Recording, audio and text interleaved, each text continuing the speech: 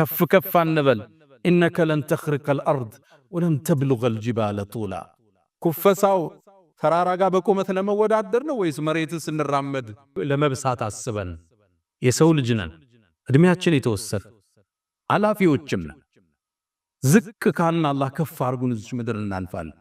ዑመር ኢብኑ አብዱል አዚዝ የሰይድና ዑመር የልጅ ልጅ ናቸው። እሳቸው 2 ዓመት ከ6 ወር የሙስሊሙን ዓለም አስተዳደሩ። ዝቅ ብለው አስተዳደሩ።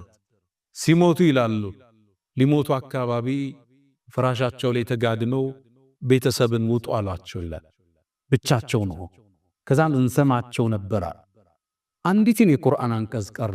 تلك الدار الآخرة እኛ እኮ የቀጣዩን ሀገር እናደርጋታለን للذين لا يريدون علوا في الأرض ولا فسادا ምድር ላይ በመኮፈስ አምባገነን ላልነበሩት ብክለትን ላላንሰራፋት እናደርጋታለን ብለው ሩሃቸው ወደ አላህ ተሻገረች። ሙእሚን ሲኖር ያለውን አካፍሎ ሰው ጋር ስቆ ሰውን አቅፎ ተናንሶ ከፍታን አግኝቶ ያልፋል። የመጀመሪያው ትምህርታችን እሱ ነው። ሁለተኛው ወአሕስን ከማ አሕሰነ አላሁ ኢለይክ አላህ ለሰጠን ጸጋ በማካፈል ውለታውን መመለስ አለብን። ንብረታችንን መጠበቅ አለብን። አላህ ይላሉ ነብዩ አለይሂ ሰላቱ ወሰላም ለባሮቹ ሀብትን ይሰጣቸዋል።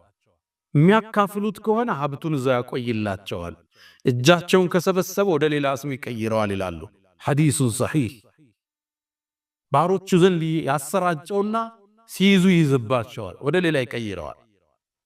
አካፍሎ ማደር፣ ሰደቃ መስጠት ከዚህ ታሪክ የምንማረው ወሳኝ ነገር። አንድ ነብዩና መሐመድ አለይሂ ሰላቱ ወሰላም መስጂድ ላይ ቁጭ ብለው ያሉ አንድ የቁርአን አንቀጽ ወረደ። ለን ተናሉል ቢራ ሐታ ቱንፊቁ ሚማ ተሕቡን እናንተ እኮ ጀነትን የመልካም ሥራ ምንዳችሁን አታገኙም ይላል አንቀጹ። ሐታ ቱንፊቁ ሚማ ተሕቡን ከምትወዱት ነገር እስክትሰጡ ድረስ ይላል። ይህን አንቀጽ አቡ ዳህዳ የሚባለው ታላቁ ሰሃባ ሰማ። ወደ ነቢዩ መጣ። የአላህ መልእክተኛ ቁርአኑን ሰማሁት፣ ከምንወደው ነገር ካልሰጠነ የመልካም ነገር ምንዳችንን አናገኝም እንዴ አላቸው።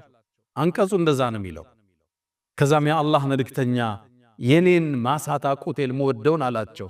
የቱ ነገራቸው። ውብ ማሳ ነበረ። 600 በላይ የቴምር ዛፍ ያዝ፣ የራሱ ምንጭ ያለው ማሳው ውስጥ አገልጋዮች ያሉበት የሚያፈራ። ነቢዩም አለይሂ ሰላቱ ወሰላም እዛ ማሳ እየገቡ ውሃ ይጠጡ ነበር። ውሃውም ጣፋጭ ነው ብለው የተናገሩለት ማሳ ነበረው። የአላህ መልእክተኛ እምወደው ንብረቴ ነው ለአላህ ሰጥቻቸዋለሁ አለ። ለአላህ ሰጠ ይሄን ንብረቱ።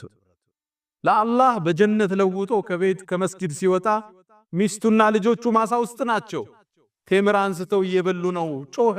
ያ ኡመት ዳህዳህ አላት ሚስቱን። አቤት አለችው። ይሄን ማሳ ለአላህ ሽጠነዋል፣ ቴምር እንዳታነሽ አላት። ማሳው ውስጥ ሲገባ ልጁ ቴምር እየበላ ነው። ካፏ ወጣውና ልጄ ወይ ለአላህ ሽጠነዋል መብላታችንን ብሎ ይዞት ወጣ።